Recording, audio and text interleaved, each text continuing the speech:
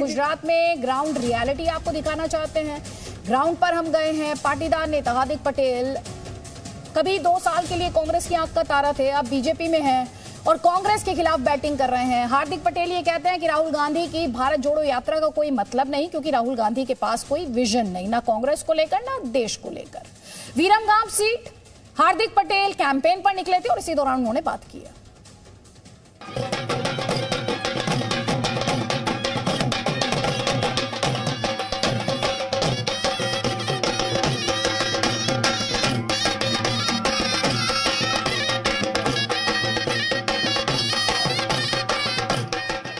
पर आपके साथ मैं अदिति त्यागी और हमारे साथ हार्दिक भाई हैं, बीजेपी का युवा चेहरा। गुजरात में इनके बारे में काफी चर्चा हो रही है, कैसे समीकरणों को बिगाड़ और बना सकते हैं, उस पर काफी बात हो रही है। तो हार्दिक भाई, सबसे पहले तो केम छो?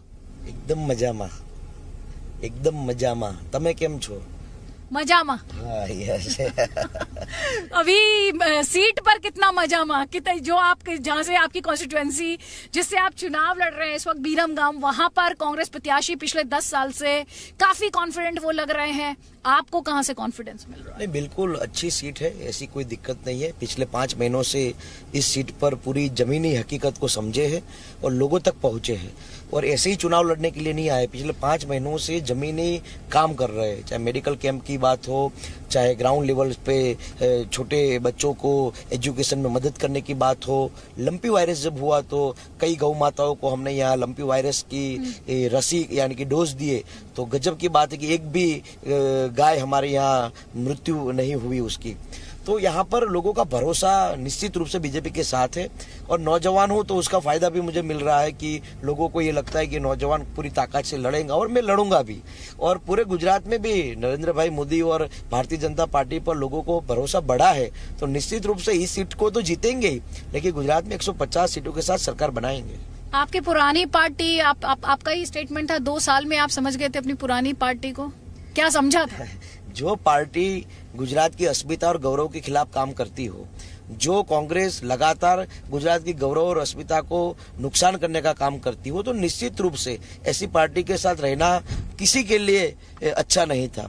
मैं तो 2 साल में समझ गया, लेकिन कई और नेता देखिए अब 30-30, 35-35 साल के बाद लोग कांग्रेस क्यों छोड़ रहे हैं? क्योंकि कांग्रेस के पास विजन नहीं है। नरेंद्र भाई मोदी जब गुजरात के पहली बार मुख्यमंत्री बने तो उनके पास विजन था कि मुझे गुजरात कैसा बनाना है, कहां तक इस गुजरात को ले जाना है। और आज देखिए कि इस गुजरात को सिर्फ भारत का एक मॉडल नहीं बल्कि विश्व में इस गुजरात की आज एक अलग पहचान है। तो जब नरेंद्र भाई देश के प्रधानमंत्री बने तब भी भारत को किस मुकाम तक पहुंचाना है उसका एक विजन के साथ आगे बढ़े। बीजेपी के पास विजन आपको ऐसा क्यों लगता है कि कांग्रेस के पास विजन नहीं? क्योंकि राहुल गांधी भी तो विजन की बात कर रहे हैं भारत जोड़ो यात्रा में। कौन से विजन की? जिस मेगा पाटकर ने कहा था कि नर्मदा का पानी गुजरात के गाँव में नहीं पहुँचना चाहिए, उस मेगा पाटकर को लेकर जब वो भारत जोड़ो यात्रा में उसका हाथ पकड़कर निकल रहे, तो क्या वो भारत जोड़ने का तरीका है? भारत को तोड़ने का जो लोग काम करते हैं उसके साथ कौन लंबे समय तक रहेगा? हम नहीं, आने वाले दिनों में कई लोग ऐसे होंगे जो कांग्रेस को छोड़ेंगे क्योंकि कांग्रेस के पास विजन नहीं है। कौन सा विजन बताइए? लगातार उद्योगपतियों के खिलाफ बातचीत हो रही है। जो पार्टी गुजरात को अपना उस विजन का मॉडल ही नहीं बनाना चाहती, तो लोग उनके साथ क्यों खड़े रहेंगे? जब देखो तब उद्योगपतियों के खिलाफ बातचीत, जब देखो तब सरदार पटेल के साथ क्या किया, मोरारजी देसाई जी के साथ क्या किया, अदानी अंबानी या नरेंद्र भाई मोदी और अमित भाई के खिलाफ। सिर्फ गुजराती है, उसके कारण गुजरात की अस्मिता और गौरव को वो नुकसान पहुंचा रहा है। राहुल गांधी तो कह रहे हैं बीजेपी घृणा नफरत का माहौल बना रही है, इसलिए वो भारत जोड़ो यात्रा कर रहे हैं, ये उनकी विजन है। कौन सी घृणा हमने फैलाई? अगर अयोध्या में राम मंदिर बनाना घृणा फैलाना का काम है तो मैं मानता हूं कि यही तो कांग्रेस की सोच रही है। धारा 370 हटा के वहां के लोगों को सुरक्षा देने का काम अगर भारतीय जनता पार्टी ने किया और कांग्रेस को लगता है ये घृणा है, तो फिर कांग्रेस को लोग पसंद ही क्यों करेंगे? घृणा क्या है? घृणा तो वो लोग फैला रहे हैं जो लोग लगातार गुजरात और भारत के खिलाफ रहे। ऐसे लोगों को भारत जोड़ो यात्रा में शामिल करा के वो देश में घृणा और हिंसा फैलाने का काम कर रहे हैं। जब अयोध्या में भगवान राम के मंदिर के लिए निर्माण का जब आयोजन हो रहा था तब कांग्रेस ने अपना स्टैंड क्या किया था बताइए? जब राम मंदिर के निर्माण के लिए जब फैसला आया तो कांग्रेस ने अपना स्टैंड क्लियर किया। चुनाव और देश में नाराजगी फैलाने का काम कांग्रेस करती है। भारतीय जनता पार्टी ने इस देश को एक नए मुकाम तक पहुंचाने का जो विजन बनाया था, उस विजन में आज भारतीय जनता पार्टी सफल दिख रही है। आपने राम मंदिर का जिक्र किया, ये चंदे का भी आपने जिक्र किया, चंदा देने से इनकार कर दिया, पूरा मामला क्या? देखिए, दो चीज है। जब राम मंदिर का फैसला लिया गया तो हर जगह से अलग अलग जगह से लोग राम मंदिर में चंदा दे रहे थे। तो हाँ, मैंने भी 21,000 रुपये, क्योंकि मैं रामापंथी परिवार से आता हूँ, तो मैंने भी 21,000 रुपये डोनेशन दिया था। तो मैंने पार्टी को भी कहा था कि अगर मध्य प्रदेश का चीफ, जब उस समय के जो चीफ थे, उन्होंने वहां चांदी की ईंटें भेजी थी, तो गुजरात कांग्रेस को भी ये काम करना चाहिए। लेकिन गुजरात कांग्रेस ने बोला कि नहीं, हमको तो पूछना पड़ेगा, हमें बातचीत करनी पड़ेगी। तो भगवान के अच्छे काम में भी आपको किसी को पूछना पड़ेगा, तो जनता के काम में क्या होगा? नहीं तो फिर आप आज उस शख्स का नाम बताना चाहेंगे जिससे आपने कहा? जनरल की बात है वो, पार्टी में जब बात होती है जनरल ही बात है कि क्योंकि पार्टी अलग फॉर्म में चलती है। क्योंकि आपको तो जानते हैं कि कांग्रेस कहाँ से सेटअप होती है, कहाँ से चलती है। भारतीय जनता पार्टी की तरह नहीं है ना कि कैडर है, वहाँ तो सिर्फ नेता ही नेता है। अच्छा, आप कह रहे हैं नेता ही नेता, लेकिन आपने राम मंदिर का जिक्र किया। आजकल राहुल गांधी भी भारत यात्रा कर रहे हैं, चंदन का टीका है, रुद्राक्ष है, 2017 में भी गए थे मंदिर। क्या कहना चाहते हैं आप? देखिए, मंदिर जाने का हर किसी को अधिकार है, लेकिन कहने का मतलब ये साफ है कि आप चुनावी समय पर ही ये फैसला क्यों लेते हैं? बाकी समय तो आप जाते नहीं है। जो चुनाव से 1 महीने पहले जाते हैं, वही काम आप 6 महीने पहले करते तो क्या दिक्कत होती है? लेकिन अच्छी बात है कि आज भारतीय जनता पार्टी के कारण लोगों को मंदिर जाना पड़ रहा है, तो बहुत अच्छी बात है, तो हमारी सफलता है। तो राहुल गांधी हिंदुत्व के ट्रैक पर आपको लगता है बीजेपी की वजह से आए? बीजेपी की राजनीति हमें हर वक्त धार्मिक भावनाओं के साथ जुड़ी रही है, और हम धार्मिक भावनाओं की बात आती है, हिंदू संस्कृति की बात आती है, सनातन संस्कृति की बात आती है, तो भारतीय जनता पार्टी दम लगा के खड़ी रहती है। और हमारे दम को देखते हुए सबको लगता है कि चलो भगवान की प्रार्थना करनी चाहिए, तो अच्छी बात है। हिंदुत्व के ट्रैक पर तो अब अरविंद केजरीवाल भी आ गए हैं। आपके इस इलेक्शन में कैसे देखते हैं हिंदुत्व के ट्रैक पर आम आदमी पार्टी को दौड़ते? सबको आने का अधिकार है, मैं वही बोल रहा हूँ। सबको चुनाव में मंदिर जाने का अधिकार है, लेकिन चुनाव के बाद भी जाया करे। सवाल यही है कि आप चुनाव में जाते हैं, मंदिर चुनाव खत्म होने के बाद क्यों नहीं जाते? क्योंकि चुनाव में ही आपको हिंदुत्व की राजनीति याद आती है, हिंदू धर्म याद आती है, हिंदू संस्कृति याद आती है। आप आम आदमी पार्टी के, मैं आपके साथ चलते चलते बात करूंगी।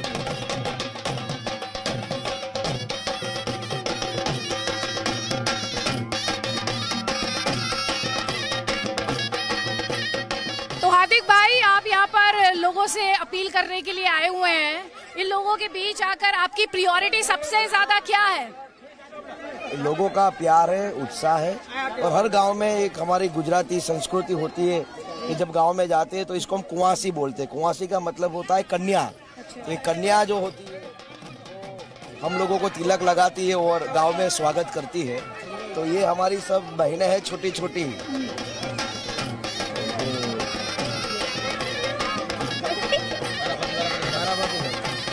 और इसको हमें सकन देना पड़ेगा। अच्छा, देना पड़ेगा। ये सकन होता है, छोटी छोटी बच्ची होती है। अच्छा, हम आम आदमी पार्टी को लेकर बात कर रहे थे, उनकी इस इलेक्शन में चुनौती को हार्दिक भाई कैसे देखते हैं? नहीं, ऐसा कोई चुनौती नहीं है। लोगों को गुमराह कर रहे हैं वो लोग, और वो उस गुमराह में लोग उनसे थक गए हैं।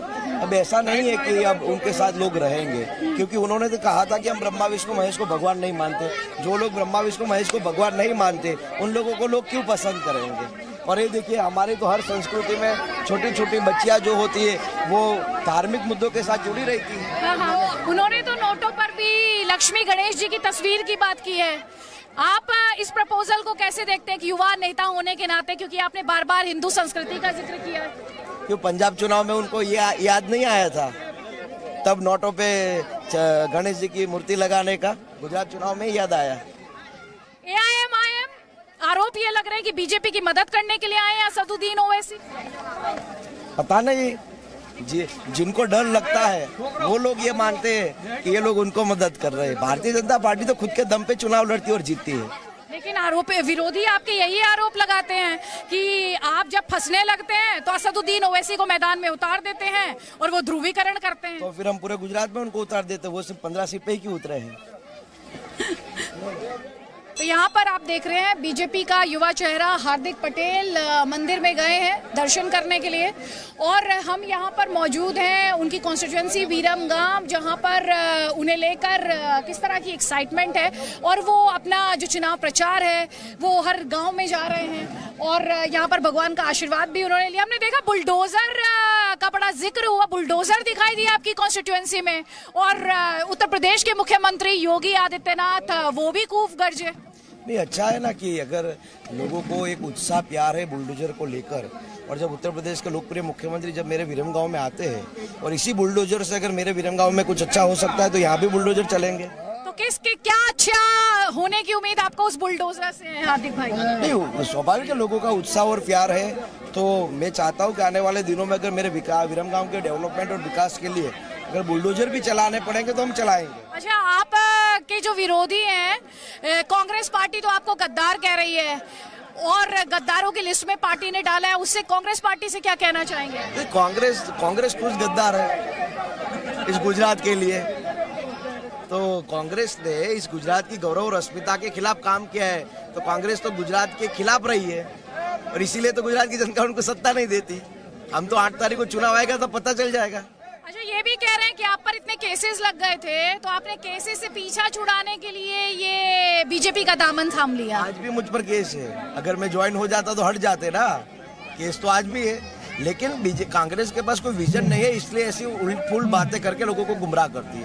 अब मैं मीटिंग शुरू होगी। बस मेरा आखिरी सवाल, बीजेपी कितनी सीटें लेकर आ रही है और बीजेपी की सरकार बनती है तो मंत्री बनना पसंद करेंगे? देखिए, मैं कुछ भी मांगे कभी नहीं रखता, पहले भी नहीं रखता था, आज भी नहीं रखता, लेकिन 150 सीटों के साथ सरकार बनेगी, विरमगांव से भी भारतीय जनता पार्टी जीतेगी और आने वाले 25 साल का भविष्य इस चुनाव से तय होगा। बहुत बहुत शुक्रिया हार्दिक पटेल जी न्यूज से बात करने के लिए। तो ये थे बीजेपी का युवा चेहरा हार्दिक पटेल, जो काफी कॉन्फिडेंट, काफी आश्वस्त अपनी जीत को लेकर। कैमरा पर्सन स्वामी के साथ अदिति त्यागी, विरमगांव से जी मीडिया।